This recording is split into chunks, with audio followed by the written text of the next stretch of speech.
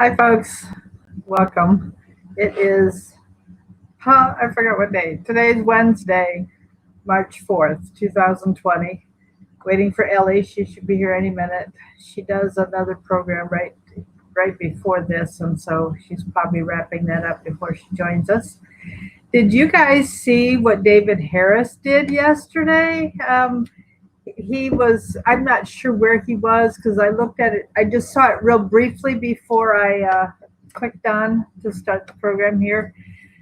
So I only had a few seconds. And anyhow, he was asking something about what about the black babies wherever he was. And the Democrats told him, we don't care about black babies. Folks, who's the racist one in leadership around here in our country? Good grief. Who was the one that brought racism back? It wasn't President Trump. It was the one before. So I was horrified to see that. But thank God for David Harris. Thank God for who's the other cute little black guy that there's another one that I really enjoy listening to, and then there's Candace Owen. Thank God for them, and Kanye West and what he's doing. Elly, I'll just tell you, I just saw David Harris asking a question to some Democrats at some event. I don't know where he was, but he was asking about, do they care about the blacks? And they said, we don't care about black babies. I was a little they don't care about any babies. Thanks, Pam. Terrence Williams. That was the other person. I love listening to him. But it's wonderful to see some really bright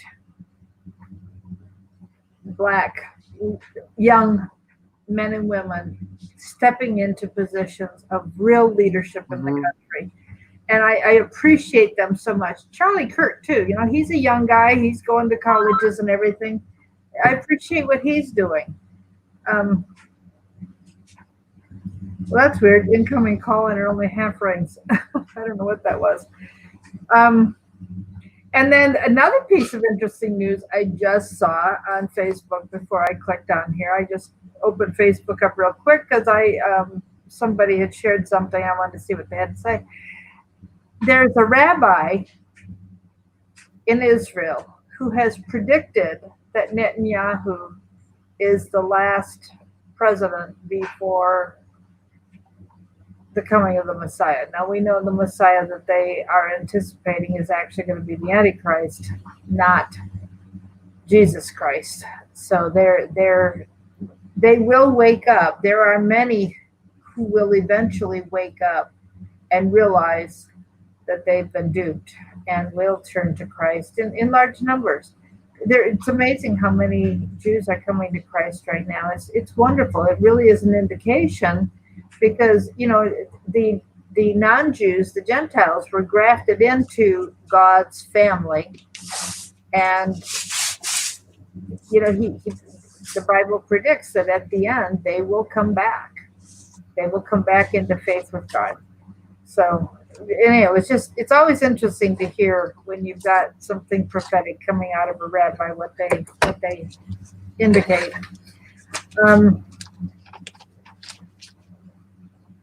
I've had four agents in the last 16 hours schedule a showing of my home and then cancel. So my agent said late last night that she still needed one signature. I have no idea what it was, but she said, yes, we have a ratified contract. So woohoo. Inspections are happening on Monday, and I think then they test the water on Tuesday, I think. So, because I'm on a well and septic, they want to, it's funny. I have been on well and septic since 1985. Well, at least in the beginning, the first few years I had septic and then city water, but I've been on well and septic for 30 years. And I'm nervous as can be about going to city water. And they're just the opposite. They've been on city water and they're just nervous as can be about being on a well and septic. So anyhow, it's they're pretty traumatized by it. And I find myself going through my mood is just doing like this, getting excited about seeing Elly, meeting Elly in person and working with her, and then feeling depressed about what this what this process is going to be in the next 6 weeks. So anyhow, life is fun, and I am so proud of our president. He continues, no matter what the Democrats are doing, no matter what they're trying to do to take him out, he just keeps doing his job with tremendous skill. And he was speaking at some Hispanic event today, and I didn't listen to it. I've been busy today, but I'm just proud of what he does. His tweets, yeah, can be a little obnoxious, but you know what? His obnoxious tweets are reaching an audience that speaking with grace would not catch. He's catching the common man in many respects by some of the things he's doing. So They're trying to hold them to their political standards, and he's not a political man. I mean, if you look at it, he's a businessman. He's, been around builders and electricians and all the architects. He's not politically proper according to their standards. That's all it is, and they just can't handle it. If he was one of them, Mary Ellen, he probably wouldn't tweet like he does. He would probably cower and just, melt away like they want him to. And since he's a businessman and a builder, he's rough and tough, and he's going to tell them like it is. Every once in a while, his business acumen and willingness to compromise, which has gotten him very far, both as a leader in our country and as a businessman. Sometimes the compromises I assume he's making greatly concern me. For example, not going hard on Monsanto and so on, but what he's doing against Planned Parenthood, I so appreciate. And yeah, the Monsanto thing and the environmental stuff that he's not dealing with are of great concern to me for health reasons, and his not understanding, he's being fed false information, for example, about the 5G. If it's as dangerous as we're hearing, because Switzerland has said not here, there are countries that are just refusing to allow it to come in, and I wish that would happen more often. And there's even rumor that it has caused the changes with the coronavirus rather than just being typical flu. It's because of the frequencies that it connects with, because Wuhan just put in 5G. And the frequencies can make people fall dead on the street, from what I listened to yesterday. So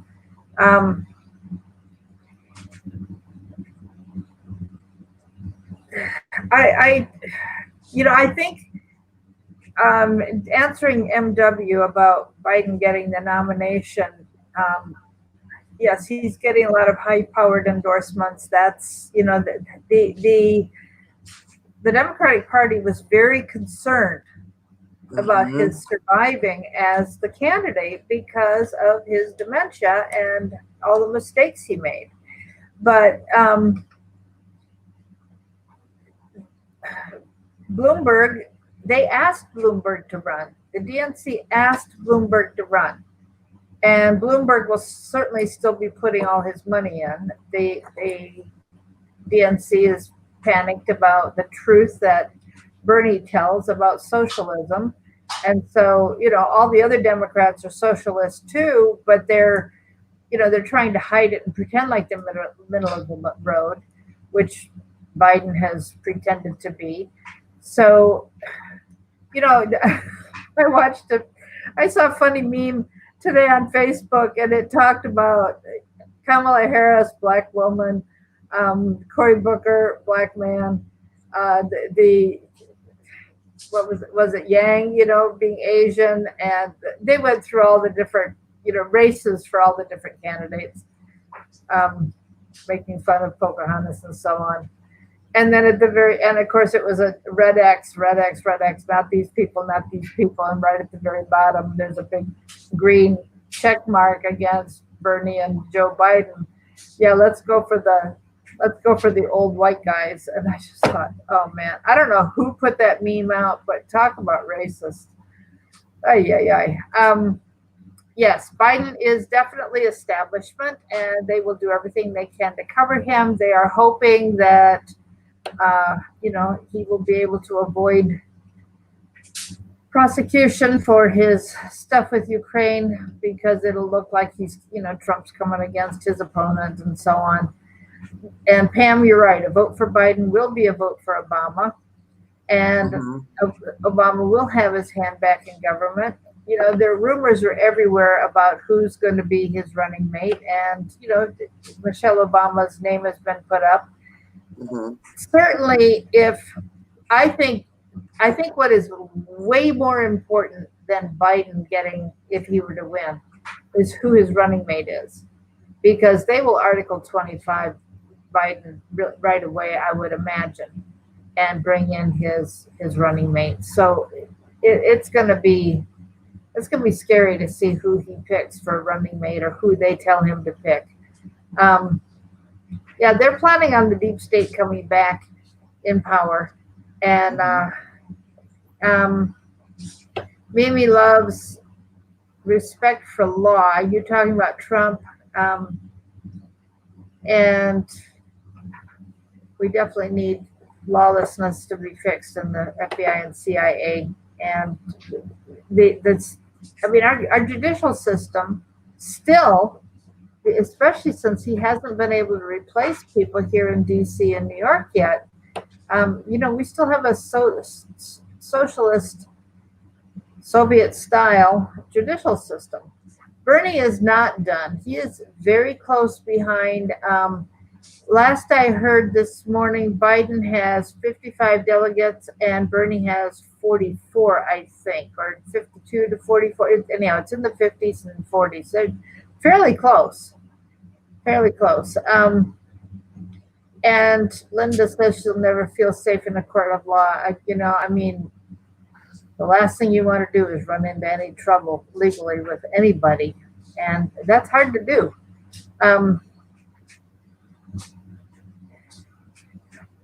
Mary Ellen, I got a little bit of info this morning on in between the election or the campaign and the stock market, and it plummeting last week. And everybody blamed it on the coronavirus. And so I made some phone calls. And they said they'd, look into it because I had suspicions. And they gave me a call back this afternoon and said, no, it was Bernie Sanders. When Bernie Sanders ran away with it last week, of course, the bankers and the billionaires and the stock people, they plummeted the market and said until they do something and put Biden back, that it was going to keep going down. And look what happened. Now it's going back up again. So my suspicions were right. That it wasn't the coronavirus like the news media wants to tell us. It was actually Bernie Sanders that did it. So now they can't even blame Trump for the stock market falling. But I don't know how soon that'll make it to, the media, or at least alternative. If it will. Yeah. I think haven't heard that yet. I haven't even heard it, but I haven't been on alt media that much. I've been searching today to see if anybody said anything, and they haven't. So that's why I figured I'll throw it up on Larry Nichols' show, so you guys will be the first to hear what I discovered. So, because usually I have to check with Rush Limbaugh and Levin because normally they mention stuff. And, of course, I believe Rush Limbaugh is still going, so I'll have to watch his show to see if he mentioned it. And last I heard, his cancer has, he's making some real progress back to health. Amazingly, people have been praying, and God is answering prayer for him. Sure wish God would do the same for Larry. Another piece of news that I heard is there's another Democrat, and I didn't catch the name or where this person is from, but another one doing like they did back in when Clinton came to office, that that I'm not leaving the Democratic Party. The Democrat Party, it left me. So we've got more people now. Are they doing it so that they'll win re-election because they've become Republicans? Will they be able to win primaries in their state? My concern with this is, they're centrist Democrats, they're moderates, and so they don't like the fact that the Democrat Party has gone so ridiculously liberal and socialist. They don't like that. They don't want that for their families, and I understand that. I mean, that's what happened back in. When Clinton came into office, and so many of the Democrats, they were told, toe the line, Clinton way, and they were moderates, and they said no. So anyhow, my concern is how far left they will pull the Democrat Party if they get elected as Republicans. That does concern me. Mary Ellen, we have a joke here that a lot of the moderate Democrats left the party during the Clinton administration because Hillary whispered Arkansas in their ear. That's one of the big ones that they say here. Say again? You hear it like at some of the diners here, the smaller diners with the old guys. And they say that a bunch of Democrats, the moderate ones, left office where it put in the Pelosi's of the decade. And they didn't know why that these moderate Democrats would let these really strong, almost socialist type move in their chairs. It was like they were giving up. And so the joke here was because Hillary went and whispered Arkansas in their ears, and they left the party. So, but that's what we say here, and it's a big joke. It gets a lot of ha-ha-has. Well, but, you could almost think that's what happened. She fired all the people at Travelgate, just dried out. So. Well, like I said, it was going to be Clinton way or the highway. Mm-hmm. So, I wouldn't put it past, I won't blame her, but I wouldn't put it past Democrats to be scared. If they didn't want to toe the line, they would get out. Mm-hmm. Oh, yeah. But, we're still at a point, I listened to a show this morning. Dave Daubenmire had on Alex Newman, I think his name was. It's New something. And anyhow, he's doing a lot of talk about the education system and what's happening and how communists, our kids are being brainwashed in socialism. Mm-hmm. And the writing's on the wall that what Khrushchev said they would do to take over America has happened so clearly. And when you think of Saul Alinsky's rules for radicals and how they have just marched their way through all of those rules, and we see them all at play now. And it's really scary to think that before long we'll be gone and our kids are taking over.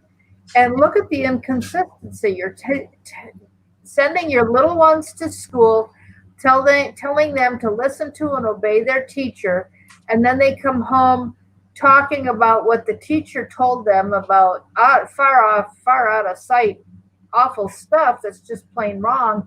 And then you're saying, no, don't believe that, don't agree with that. And then you send them back to school and they come back with something else. No, that's wrong. It's like it leaves parents looking like the total hypocrites because we send them to school. I mean, I didn't, but the parents will send their kids to school and then say, no, don't believe that, but make sure you obey your teacher. Make sure you get good grades so you can get into a good college. Well, in order to get good grades, you have to go along with what the teacher tells you, even if it's wrong. So Mhm. children do not have the maturity to discern between good and evil and right and wrong. They have to be taught. And so parents who think they are going to just let their kids decide for themselves what's right, all they're doing is allowing evil. It's just like one of our early presidents said: the only thing that allows evil to triumph is when the good people do nothing, Mhm. and They we're don't in the reaping the schools. consequences of it. Even the ones that are going up and asking them what socialism is, um, they have no clue. They think it's like social programs. And I have a full grown adult on my Facebook page that says it is social programs that they're bringing in that would help the poor. And it was like, that's socialism. But she just don't seem to think so. She said, like the better medical program, and it would be helping kids get into college, and she wants all these social programs brought in. And I said, yeah, but you got to pay for that. She goes, no, it's free. I said, Somebody no, has to they're pay. gonna. I go, you haven't been Because listening. the government is us. So if the They're going to government raise the pays our taxes. taxes. Yeah, they're going to raise taxes. And she said, no, no, only 4%. I said, 4% ain't going to cover all that. And I said, where are you getting this? And she says, well, we're waiting for Bernie to give us the numbers. You'll wait until after the election and find your taxes have gone through the roof. To 82% was the last I heard. It was going up. Yeah, it's way up there. That's 3/4 of your check. Well, I mean, if income tax is 82%, and then you add sales tax and real estate tax, and What was it? And I'm trying to think if it was. I think it was Cuba that if you buy a car, the taxes are 180% of the price of the car. 180%. That's why they're driving 50s down there. They just can't afford a new car. Finland, Finland is a country that my social work master's program talked about all the time as the standard that we need to follow. But they're in the. I don't know if their taxes on importing cars is the same, but their cars, they all drive really old cars unless you really have a good job. Because the tax on new cars, especially any import coming from the U.S., the taxes on it are Mm-hmm. ridiculous. Mm-hmm. Speaking of cars, this morning it was on the business reports that China's car sales are down 80%. So we got the manufacturers back now. I think we're sitting. I think we're sitting about an increase of about 60% here that we've made up, but they're down 80%. But I think a lot of it has to do with the coronavirus, and everybody just can't work. But I know a lot of the manufacturing plants aren't right there where it's at.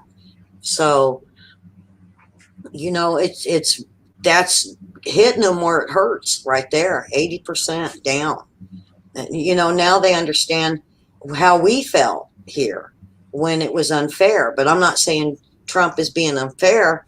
It's just got to equal out the market, and they got to push to phase 2 of this trade agreement we have with them. And that's the other thing they mentioned this morning is the gold boom. And with the interest rates, they're talking going to zero. It actually starts a gold boom that will have us doing, according to what the economists are saying, that we could be out of the recession within the next few years. And that's awesome. I mean, how long have they been screaming recession at us? I really believe that Obama had us close to a depression. It was bad. It was getting really bad. Well, Hillary would have put us in it for sure. Yeah. And they're talking another few more years.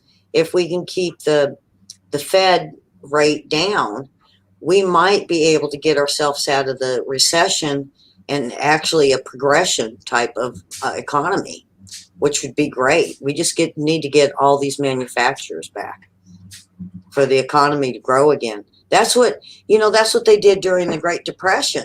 If after it was over, they started manufacturing for the military, and all these manufacturing plants came and developed and grew, and it pulled us right out of that depression. And I think that's what Trump's looking at too. It makes a lot of sense, business sense, if you bring all the manufacturers back here that should have been here all along, and you put all these people to work. It's just going to grow that economy big time. So Yes, MW, I agree. I've heard people saying that as long as Trump's in office, the economy, he will find a way to help our economy hang on. When he's gone, I mean, we really need another businessman with incredible business acumen who loves the country as much as Trump does to step in and do the same. It was interesting yesterday when what I shared about Ivanka. She's such a liberal woman, but she's changing her party affiliation to Republican, and she's been working in the administration, so she's having an impact. I get nervous about a dynasty starting. I don't think that's what we need. I don't personally. That's my opinion. I think she's got a ways to go to hit the reality that liberalism doesn't work. if they would just stay, the moderate Democrats back when they would work together. There was a time when both parties did work together. They had disagreements, but they eventually worked it out, and it was fair of what they were passing. And I've looked into it so many times, and it all really stems later senior Bush years going into the Clinton years. And that's when it just started getting really hardcore. But you got to remember Bernie Sanders back then too, pushing socialism, and there was that uprise of the Socialist Party. But I mean, he goes all the way back to 60s. And then of course Hillary being socialist, and she let that be known from college on, just on the company she kept and the stuff she believed. I mean, here when we listen to her here, I think that's what turned the people off, because they really thought they were getting this sweet, cute Christian couple into our governor's mansion, and they got in and it was anything but that, and then the rumors just flew. But I really do believe that they really did work with each other before then. When you look at some of the bills and the budgets that were passed pre, I must say 79, they really did work together. They really did. And I think that's what we need to do, is get a moderate Democrats back into our Congress and Senate, so it is fair again, and then have them work it out. I mean, I don't think it was ever meant to sling mud across the aisles. I think it was meant for all of them to work together and, be for a better America, not half the hall sitting down and flipping off our American flag. It's just, it's not right. It's just not right. So, I did find something out today that I've been scouring for about 6 months. You remember Netanyahu, and he did a big conference on finding uranium in massive amounts in Iran, and that they were building nuclear missiles, and it was to the nuclear program, not for power. And he had all the proof. And it was a really good conference he did. And then the UN had sent their inspectors in, and they shooed him away and wouldn't let him in. Then they let him in after that. And the UN has now reported that in November they had a massive amount of uranium that flowed into the country. And what they discovered was that Netanyahu was right. Everything he said was true. All of his evidence is true. It's correct. And now they're looking at Iran having overabundance of what they should, and they're looking into who sold it to them. And they're pointing their fingers. Russia's pointing at us, and it looks like the UN and us are pointing it at Russia or maybe China. But they have got way more, and they are using it for their nuclear program and the missiles. And they are selling it to the Palestinians and Hamas and making their bombs. It's all been verified now. And, that's scary. It was exactly what Netanyahu said, and everybody accused him of lying or fabricating or, the aluminum foil hat, and that he was just trying to save his spot. So I think this will make Netanyahu look pretty good, Mary Ellen. And this came out real early this morning. I was waiting on a friend of mine that he's in Israel. His wife is from, I think, Ukraine. And every once in a while, I'll get little tidbits of info of what's going on in Iran. And he said, you know what? They verified it. They verified it. And that the UN would be writing a report up on it sometime this week or by the end of the week. But he was so glad to hear Netanyahu wasn't being crooked and trying to fabricate false info just to go after Iran. And, we all don't like Iran, and we know Iran's a terrorist, not Netanyahu. But you know how it is, just like with Trump, Netanyahu has to be the crooked guy, not the others, not the deep state of Israel. So, this is great. This is great news for, I think, Netanyahu. And if you haven't seen that conference, it's like I'm going to say an hour, 2 hour long, but he goes through everything they have, and it's scary what they got and what he found they were using it on. So, this is going to be some good news for Israel. I think they're going to put a stop to it. And the UN is one that really we don't work real well with, but I think the UN now, it might decide to think on what's going on in the Middle East now.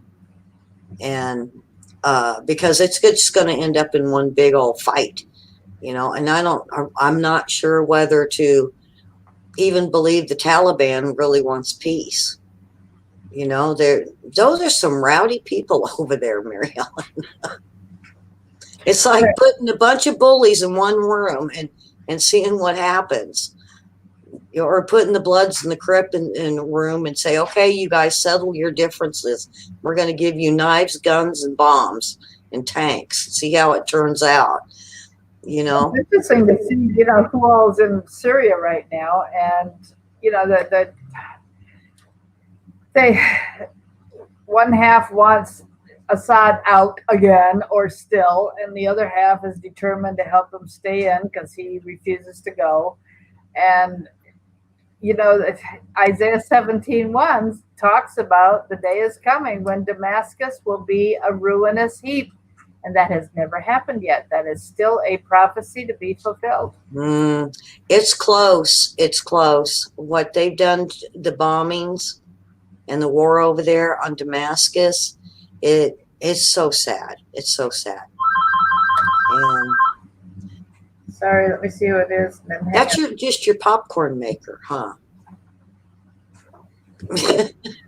I'm trying to cover for you, Marilyn. Yeah, most people know that I'm on the show and don't call it this time, but there are people. Threaten them with a bigger stick. That's what I do. I threaten them with a bigger stick.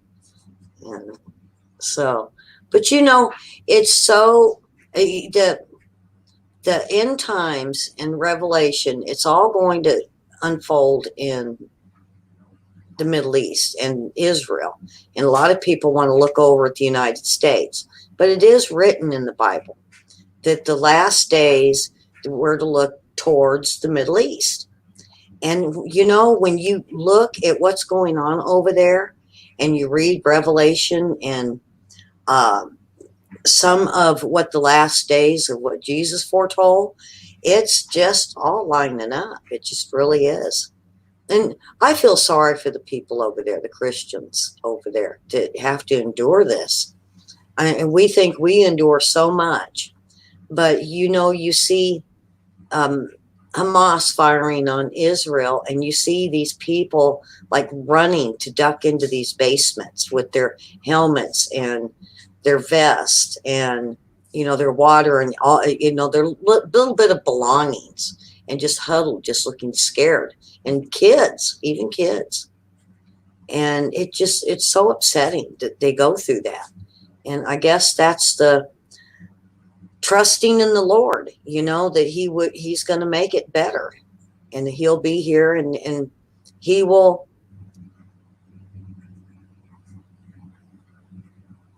Oh, come on, Mary Ellen, help me here. When he comes, it's going to be better for all of us, you know, and they will get to see it firsthand of the two witnesses and the unfolding of Revelation. And I'm pretty sure they're clutching their Bibles and can actually read and see for themselves. I've had so many relatives want to go over there and just see Israel so bad right now, just to see what is there and to feel the Bible, they said. I'm like, well, feel the Bible over here and be safe. Don't go over there, because they're fighting over the temple. We got our embassy over there. They're already talking about the third temple being built. And oh, you know what's sad, Mary Ellen? The temple that the Muslims have got, they've been going through and remodeling, and they're throwing artifacts out in garbage dumps outside the walls. I mean, just Christian artifacts that should never have been thrown outside. And they're just throwing them out in like a garbage dump. There was one of the pastors over there. I hope there's somebody who's keeping an eye on things and picking it up. I think the guy that I seen the documentary on, because I like to look at stuff on the third temple, and it was part of that. If I could find it again, I'll have to send it to you, because that is so disheartening, because I don't think they were supposed to remodel and tear stuff out that's Christian just because they're Muslim. I think it's a farce that Muhammad was there. I think it's just something they created in their own Quran minds, because it don't seem right. It just don't seem right. You know, when you look into the story of Muhammad and the whole history of the Muslims, it is war, it's hatred, you know, and going around that big old black stone over and over and over again doesn't make them nice people. It don't, you know. And there's deities in there. They have the 3 deities, and one's a sex god that they're praying to, you know. So they're going around in circles praying to a sex god, you know. And here they're the one true religion, and it's their God, not our God. And it's really sad what happens over there in the Middle East with the Muslims of taking over. And it's something that Christ, I don't think Christ ever wanted that, but I think he foreseen it. You know, you read some of Matthew, Mark, Luke, and John, and you can almost see that that's where they were going with it, was the takeover with the Muslims. But it's just, you have to read almost the Quran to figure, you know, to see their timeline of what they want too. So,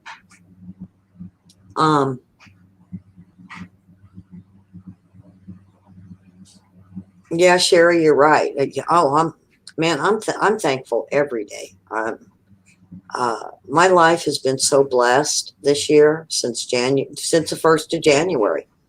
You know, God told me this was my year, and I would get a lot of blessings. And wow, I just, besides my son-in-law being weird and doing what he did, for the most part, I have received so many blessings and so much uh, happiness so far, and things are going right. And I've had some rough years, some before this year, really, really rough years. So I'm feeling it this year. I'm feeling very blessed, and blessed that I have my family. My family's so close and so loving. I have a wonderful family. Wait till you come out, Mary Ellen. You're gonna love us.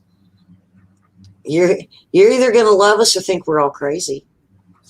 Hey, either way works for me. You're gonna love our 4th of July's. So you got to be here before 4th of July. At Toadsuck Park. No, we have it up at some friends of ours' house, and we just buy a massive amount. We have a big old barbecue and um, all kinds of food, lots and lots of food, and we just watch the fireworks, the big bursts and stuff that you not allowed, but they do in the city. The big ones that go up and burst and take up the uh, everywhere around you.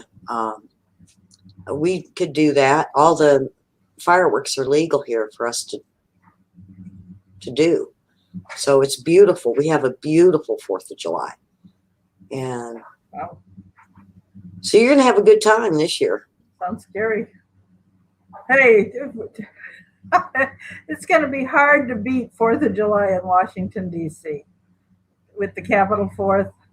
Yeah, that's They true. have, and you know, I haven't been. I don't know if I've even been once, not more than once in the last 21 years. I just don't. I don't go by myself, and I don't have anybody to go with. But that was one thing, you know, I really enjoyed doing was going down for the music and the fireworks and the and it used to be once the fireworks started, the music ended. But in the last few years, they keep the music going while the fireworks are going off. Hmm. And then you've got to make a choice. You're going to watch the fireworks or you're going to watch the music because the trees block the view. So we would pack up when the fireworks started. We'd pack up and hurry up and move someplace where we could listen, still hear the music, but watch. So 4th of July, DC is pretty spectacular. But you know, watching it, even watching it on my little cell phone, because I've been and enjoyed it, that's still good enough. Yeah. My folks were here one time for the 4th of July, and Dad is not. He's an introvert, and so the crowds for him, my sister and her kids, and were here, and my folks were here, and the crowds were a little much for Dad to handle, but it was, you know, I've got pictures, so that's, you know, that's one of my favorite 4th of July's, having my sister and her family and my kids, and you know, it was we had fun.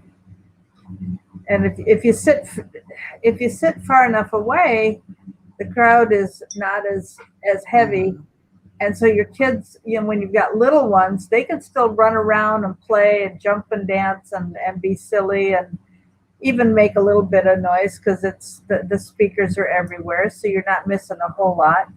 And Jimmy, my dad was born on July 4th, 1927, 1926, sorry, the 150th anniversary of our Declaration of Independence. So I wrote a letter to the president in 76. And Dad being 50, he was not. They'll send a birthday card to anybody over the age of 80, but they didn't do it for 50. And I said, look, this is the inverse of 200. You know, the inverse of 200 is half 100, which is 50. But anyhow, Vicky is waiting on my pretty. I'm not sure what you're talking about. Oh, she must have put in a emoticon, but it didn't show up. You'll have to type the word out, Vicky.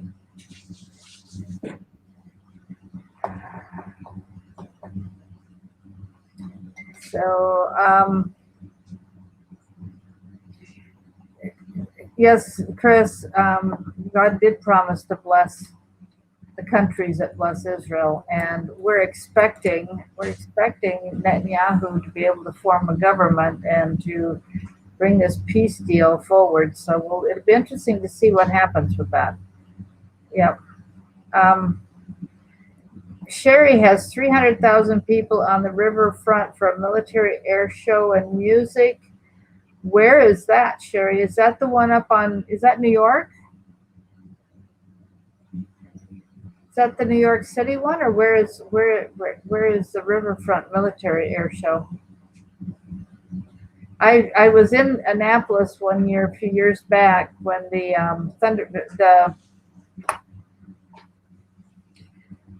so there are two sets of military. Blue Angels? The Blue Angels, thank you. Blue Angels is Navy and the Thunderbirds are Air Force. Yeah. So the obviously with the Naval Academy here, they were here. And I've also seen them at the Air Force graduation in Colorado Springs. So I've seen their show multiple times. And my folks live in a place where the days leading up to the Air Force graduation, the Blue Angels would practice, and they would come down in front, usually would come all the way down in front of my parents' house because they face Pikes Peak. And so they would come down. It's not that many, it's only a few miles from the Air Force to south to where my folks live. And they would come south, and then they would go in front of Pikes Peak and go behind the mountains. And then one of the things they do is they come up and swoop over the mountain and down into the valley, because the Air Force Academy is down in the valley, just east of the mountain range. So, it gets pretty exciting because the noise they make is so loud when you can be that close. But you don't, because they're behind the mountains, you don't hear them, you don't see them, and then all of a sudden, a boom, there's this loud boom as they come flying over the mountains and swoop down into the valley, and the next thing they're up and back around again. I used to live at when we were in the Air Force at Beale Air Force Base, and SR-71s were there. I actually got to touch one. I was doing Cub Scouts, and they let us in and let us look up close and personal. But those would fly over the house, and you'd hear the kaboom, and you'd run out and you'd look, and all you would see was just the two little firelights on the back of the plane. But they were beautiful. After 9/11, 1 o'clock in the morning, they were doing a lot of military flights from DC at 1 o'clock in the morning, and they would fly over my house because I'm close to the route that they would take from to Dulles, for example, because I'm not that far from the Potomac River, and so they go up the Potomac River, just like the Blue Angels when they're at the Naval Academy for their graduation. They do a lot of their turnarounds and everything over the Severn River, which the Naval Academy is there on the corner of the Severn River as it flows into the Chesapeake Bay. So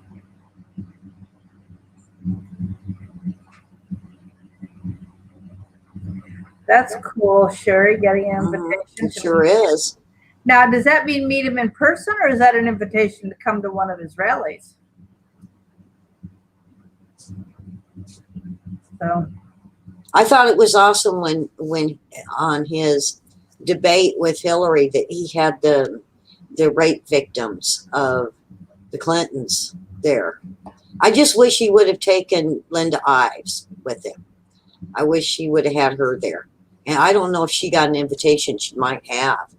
But I thought that was really awesome to show them that, you know what, we haven't forgot. We haven't forgot what they did to us here. And those poor women never got any justice, ever. You know, he walked away, just like Hillary, you know, does on those stupid emails. So far. She's going to get caught up in them. We're Okay. catching her. But it was just so disheartening to these women, and to watch them just fall apart and cry on times when they just know there's no justice for what he did. It's really sad. It's really, really sad. Yep. Well, we're 10 minutes to, and we need a few more minutes to make up before Friday, so we don't go over our monthly limit on time because we've gone over a few days. So, Mary Ellen? Yes, ma'am. Do you know this flu I keep talking about this in Arkansas? I've traced it, you know, around pretty much around the world now. It's this really horrible flu.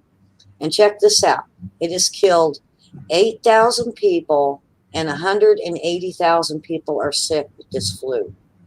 You're not talking about the coronavirus. You're just talking about the. This is the flu that's going around the country. That I think that's what Larry caught, because they said that this flu is hard. Remember, I said it takes a week or two. It's a week to a month to get over. And get this, it's a dry hack cough with congestion, and it causes pneumonia or bronchitis pneumonia along with high fever flu. Doesn't that sound like the coronavirus? And this has been going around since January of 2019, and it's killed over 9,000 people, and it made so far and 180,000 people sick. Now, where's the outcry with this? And so, you know, I'm kind of wondering, with all the Chinese coming back and forth through our country, if this wasn't what this was that we all caught. Because, you know, there are about 15 people in the hospital here, not with coronavirus, but this flu. It makes you deathly ill. My granddaughter almost ended up in the hospital over it because she was running such a high fever with it. And, you know, look at Larry and his wife. She was, what, a week or more? And in him, you know, I think he's still fighting it. Well, you know, he ended up with 3 bouts of pneumonia. I mean, he just, as soon as he was starting to get over it, he was right back down again. Yeah. I mean, it's only my opinion that that's what this is. But the symptoms, there's a lot more symptoms to it. But it's killed people, and it's got, you know, thousands of people sick. And if that's what this is, you know, we'll all get over it. You know, we might not need a vaccine if it's the same thing. But I think we need some type of flu vaccine for this, in case, you know, if it's gone this long, over a year, we would need a vaccine to fight it for the next year around, so we can get it taken care of. But you know, it sure does sound a lot like this coronavirus. And I only looked into it because I was going to talk on Jason Goodman about it. I'm trying to hurry up to see how bad this flu was that we've got and how far it reached. And it ended up reaching like worldwide. And it's just called like a flu virus is how it's kind of labeled.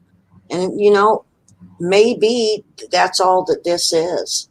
And I hope so, because if it's just the flu, you know, we're not we shouldn't be totally freaked out and scared of it if we've had it for over a year now.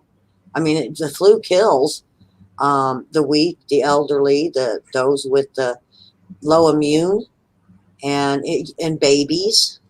I mean, the flu kills people every year, and it's not the coronavirus.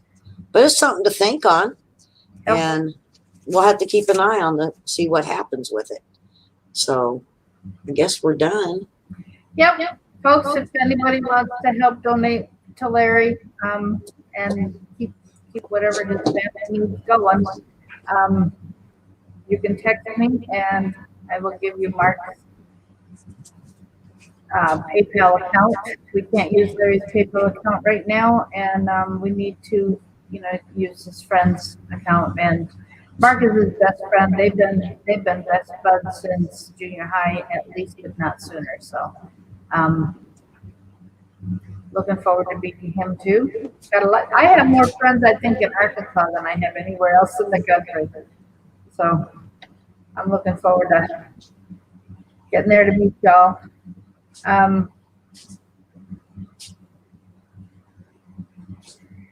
So thanks, Chris. Thanks for everybody for what you've had to say. And I'm sure there are towns and cities that are going to go on quarantine, and they're going to try and protect their, whether it's proactive or reactive, I guess remains to be seen. But so, yes, we do salute Larry and thank him for what he's done, and hope he's coming back to keep it going.